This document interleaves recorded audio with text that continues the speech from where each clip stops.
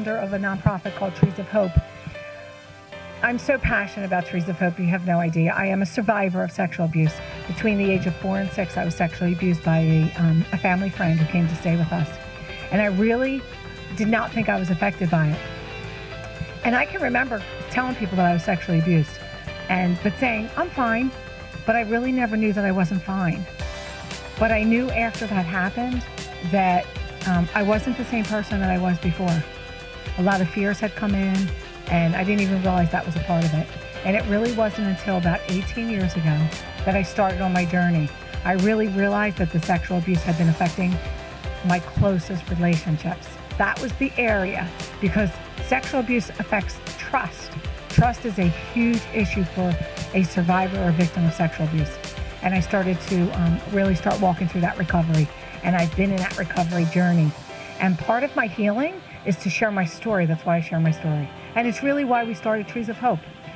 I never knew when I started that 1 in 3 women and 1 in 6 men were sexually abused. I was shocked, really, when I heard those statistics. So I realized I wasn't alone. I'm not the only person. There's other people just like me. And once we started and people started coming forward is when we started with our recovery groups. So we run twice a year. We usually have 5 or 6 recovery groups going at the same time. For men, we also have women's groups, men's groups, and we've also started a program for teens. It's called Bloom. It stands for Beautiful Ladies Overcoming Obstacles as More Than Conquerors. So our teenage girls now have come forward and said that they've been victims, and now we're helping them to walk through that journey of healing. I'm so excited to be here because we're in our 8th year now, and I think about when we started, it was just me and one other person, and I didn't realize the huge epidemic of sexual abuse in our culture. I had no idea when we started. I just knew I was hurting. I knew that I needed to go through recovery, and I was willing to go anywhere to get it. And because I'm a woman of faith, I sought out God and said, please help me, show me. And there's so many organizations that are helping people walk through recovery. Not just ours, there's so many. But what was so amazing is that I had no idea that there were so many of my brothers and sisters who were abused as well. We have this picture on the screen because I wanted you to see a picture of me before my abuse. So that was just an innocent little girl before I was violated by a family friend who came to stay with us. I only have 2 memories of the sexual abuse. One of which has, I remember the man pulling his pants down, and I remember him asking me to pull my pants down. And that's all I remember. So I must have blacked out. What we hear a lot of times is children go somewhere else during trauma. And I must have done that because I didn't really have a bad memory about it, but I knew what happened to me. And I knew that I was different after it happened. I knew that shame had come in. Shame says there's something wrong with me, that's why they picked me. So this was a confident little girl before the abuse, because after that I had a lot of trauma, I was afraid of the dark. You can ask my husband. I still struggle with that a little bit. I say, like, do you think we can have the night light on a little? No night lights. But it's a part of the things that we struggle with. I'm not where I used to be. I've been in recovery for a really long time, and we say we come in as victims and survivors, and we become thrivers. I'm a thriver of sexual abuse today, but that doesn't mean that some things don't still trigger me and still come up and still bother me. Listen, the reason I started Trees of Hope is because I couldn't imagine looking around and seeing children and them being sexually abused and not going to do anything about it.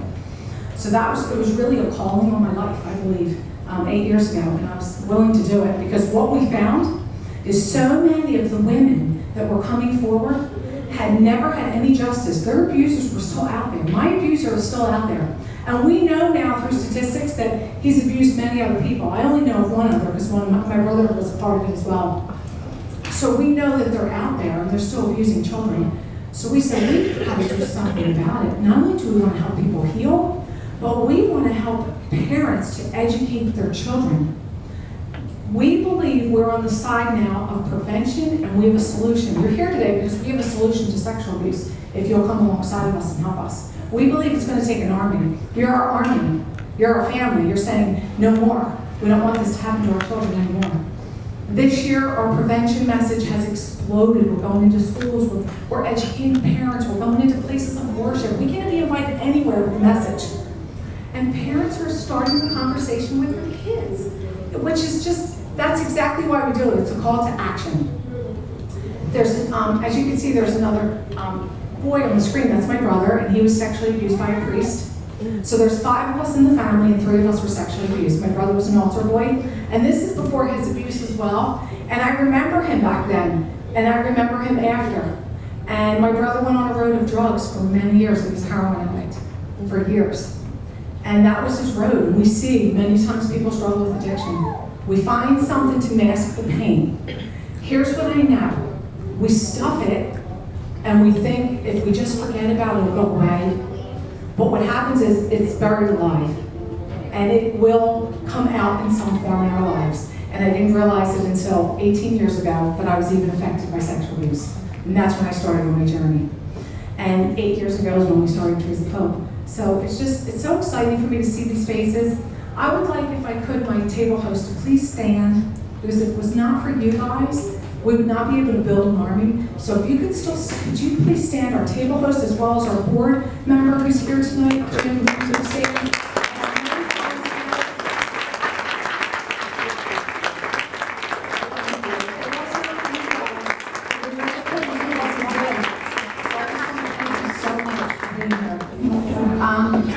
I also want to thank our corporate sponsors. We're now having corporate sponsors that come on board and say, Dee, we want to support you as a company, as a corporate sponsor.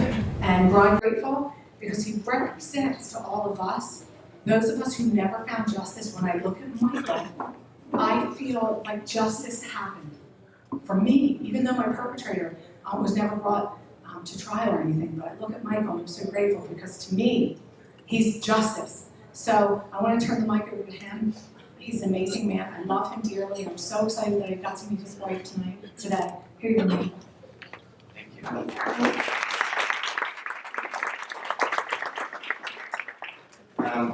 I'm glad to be here today.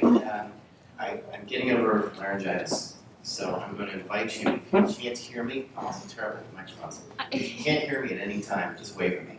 Okay. Does this fit in here? Does anyone Yes. know? It does. Sometimes I do better with this in here, so let's see how I do. But again, if you have trouble hearing me, let me know. I'd like to introduce my posse. I've got most of my law firm here. My partner, Brian Pruis, and our office manager who keeps the walls from caving in, Rose Henderson is here. Jay Unger, who's just got an amazing legal mind, is with us